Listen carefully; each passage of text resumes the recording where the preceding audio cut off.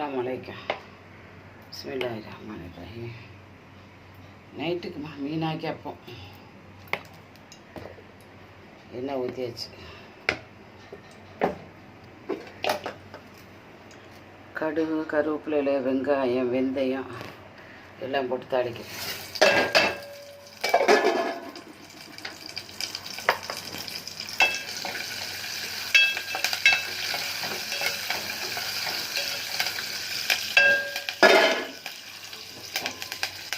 ஆப்பம் ஊற்றியாச்சு.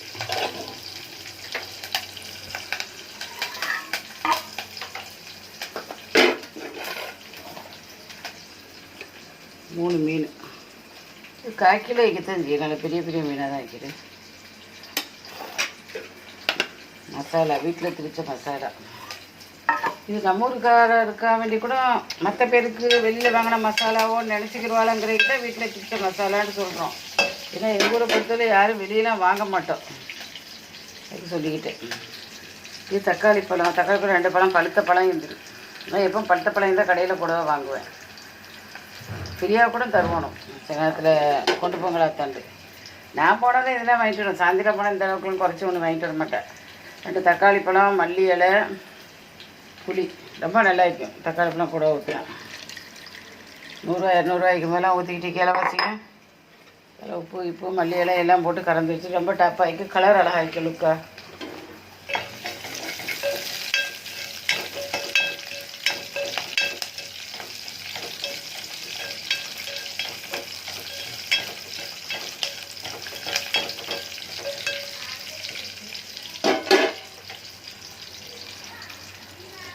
புது சட்டி வாங்கிக்கணுமா?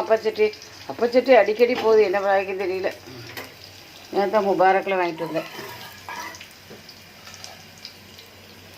பிஸ்மில்லாஹிர் ரஹ்மானிர் ரஹீம்.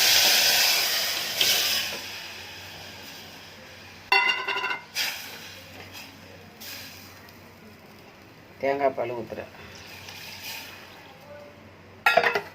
கொஞ்சம் நேரத்தில் கொதிச்சிட்டா மீனாக வீடும்.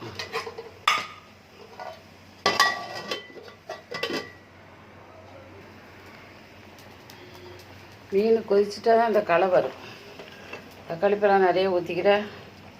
நல்லா அழகாக சேர்ந்துக்கிட்டு டேஸ்ட்டும் கூட வைக்கும். தேங்காய் பால், தக்காளி பழம், மல்லி இதெல்லாம், இந்த பூண்டு இதெல்லாம் நின்று மணக்கும். வெந்தயம்லாம் அப்போ ஒன்று சுட்டுட்டேன். இன்னொன்று அடுப்பில் வைக்கிறேன்.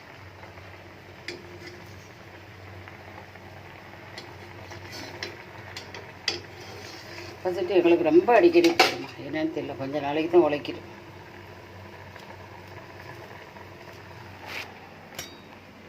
கையாலே எடுத்துட்டு பூ சட்டி வைக்கிறதுனால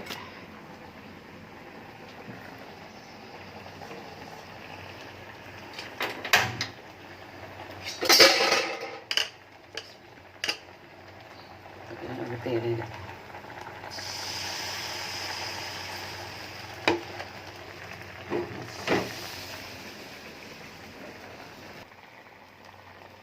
இது அழகாக கொதிக்குது. 3 மீன் போட்டேன். இல்லை கணக்கு பார்த்தா 3 மீன் ஒரு 1/4 கிலோ தான் இருக்கத்தான் செய்யும். இது அப்போ சுட்டு வச்சுக்கிறேன். 2 அப்போ சுட்டுட்டேன்.